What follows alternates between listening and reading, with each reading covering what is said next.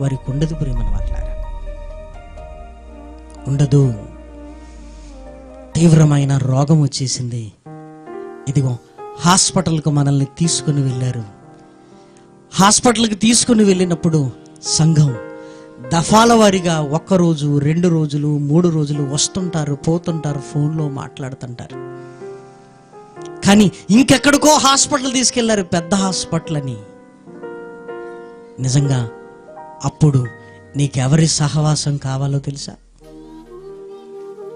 అప్పుడు నీ బెడ్ చుట్టూ నిన్ను ఆదరించే వాళ్ళు ఎవరు ప్రియమైన వారలారా? అప్పుడే దేవునితో అన్యోన్యమైన సహవాసము కలిగి ఉంటే అబ్బా ఎంత ధైర్యము అనిపిస్తుంటది ప్రియమైన వారలారా. మనమేమో కంగారు పడుతుంటాం ప్రియమైన వారలారా. ఇదిగో ఐసీయూలో ఉన్నాము, ఏం జరుగుతుందో. కానీ దేవునిలో ఉన్నవాడికి ఆ ఐసీయూ బోర్డు ఎలా కనపడుతుందో తెలుసా? దేవుడు మాట్లాడుతున్నట్లుగా ఉంటుంది. దేవుడు ఏమంటున్నాడు ఇప్పుడు? ఐసీయూ. ఇప్పుడు నిన్నెవ్వరు పట్టించుకోర్రా, నేనున్నాను రా నీకు. ఐసీయూ, నేను నీకున్నాను. ఆ మాట మీకు ఎంత ధైర్యాన్ని ఇస్తుందో తెలుసా ప్రియమైన వారలారా? హాస్పిటల్లో ఉన్న ఆయన ఒక ఫోన్ చేశాడు. ఇదిగో షార్ట్ మెసేజ్ మీద వచ్చింది. అదేంటో తెలుసా? ఐసీయూ. నాకు దుఃఖం కలగగానే దాన్ని చూసేవాను. దేవుడు నాతో మాట్లాడుతున్నాడు. ఐసీయూ. నో, నేను ఎందుకు బాధపడాలి? తట్టుకోలేకపోతున్నాను అనగానే ఆ బోర్డు చూసేవాడిని, ఐసీయూ. అరే, నేను నిన్ను చూస్తున్నాను, దేవుడు నన్ను చూస్తున్నాడన్న భావనే నాకు కలిగింది. అప్పుడు ఎలా ప్రార్థన చేయాలో, అప్పుడు ఎలా ఆయనతో సహవాసాన్ని కలిగి ఉండాలో నువ్వు తెలియకపోతే ఎలా? అప్పుడు ఆరాట పడితే ఎలా? సంఘపు అనుభవం నిన్ను ఎక్కడికి తీసుకొని వెళుతుందంటే దేవునితో అన్యోన్యమైన సహవాసము కలిగి ఉండే స్థితిలోనికి తీసుకుని వెళుతుంది. అప్పుడు బెడ్ మీద కూర్చొని బైబిల్ తీస్తాం, పేజీలకు పేజీలు చదువుకుంటాం. అప్పుడే స్టార్ట్ అనుకోండి, బైబిల్ చదువుతుంటాం, ఏం అర్థం కాదు. ఎవరైనా చెబితే బాగుండనిపిస్తుంది, అర్థం కావట్లేదు అనిపిస్తుంది, చదవాలనిపించదు. ఎందుకు? సంఘములో నీకు ఎక్స్పీరియన్స్ లేదు. సంఘములో ఎక్స్పీరియన్స్ ఉన్నవాడు బైబిల్ చదువుతుంటాడు, అక్కడ పేజీలకు చదువుతుంటాడు. పక్క పేషెంట్ అడుగుతుంటాడు, ఏంటండి ఇదో పుస్తకాన్ని అదే పనిగా చదువుతున్నారంటే, అయ్యా ఇది పుస్తకం కాదు, బైబిల్, ఇందులో ఏముంటది అంటుంటాడు. దేవుడు గురించి ఉంటుంది అంటాడు. ఏమండి, తాను ట్రీట్మెంట్ తీసుకుంటూ పక్కోడికి దేవుని వాక్యం చెబుతుంటాడు ప్రియమైన వారలారా. అప్పుడు అనిపిస్తుంది, నాయన నువ్వు నన్ను విడిచిపెట్టలేదు, ఇక్కడికి తీసుకొచ్చిన నీ మాటలు చెప్పే మహాభాగ్యాన్ని నాకు అనుగ్రహించావా?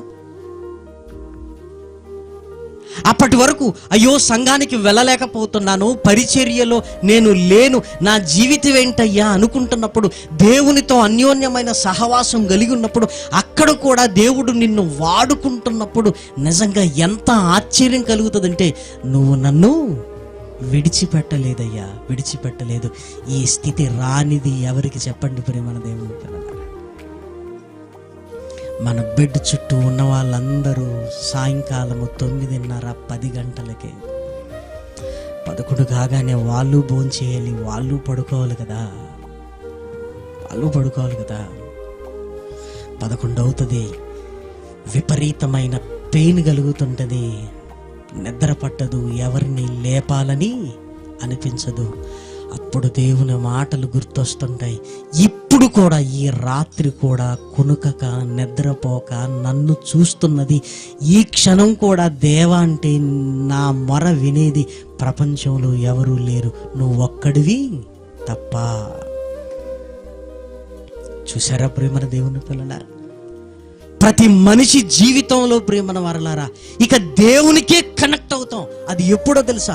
మన మరణము సమీపించినప్పుడు ఇక దేవునితో కనెక్ట్ అవుతుంటాం. ఎప్పుడు? సహవాసములో నుంచి అన్యోన్యమైన సహవాసములోనికి వెళ్ళినప్పుడు ప్రియమైన దేవుని పిల్లలారా ధైర్యం అనిపిస్తుంటది ప్రియమైన వారలారా. అందరిలాగా భయపడం ప్రియమైన దేవుని పిల్లలారా. ఏమంటే ధైర్యపడుతుంటాం ప్రియమైన వారలారా. చావైనా బ్రతుకైనా నీవే అనుకుంటాం. ఆ హాస్పిటల్లో అందరూ నిన్ను అసలు ఏంటంటే మీరు ఎలా నవ్వగలుగుతున్నారండి ఈ పరిస్థితిలో అంటే, నేను నమ్మిన దేవుడు చాలా గొప్పవాడు అని ఆ చివరి దశలో కూడా రోగంతో నలిగిపోతూ నీ దేవుడు గురించి అనేక సంగతులు మాట్లాడుతున్నప్పుడు ఆ కలిగే ఆనందం అంతా ఇంత కాదు ప్రియమైన దేవుని పిల్లలారా. దేవునితో అన్యోన్యమైన సహవాసం ప్రియమైన వారలారా. ఈరోజు ఏముందిలే అనిపిస్తుంది. అన్నీ పోతాయి ప్రియమైన వారలారా, అన్నీ పోతాయి ప్రియమైన వారలారా. హాస్పిటల్లో మనము మాత్రమే ఉంటాం.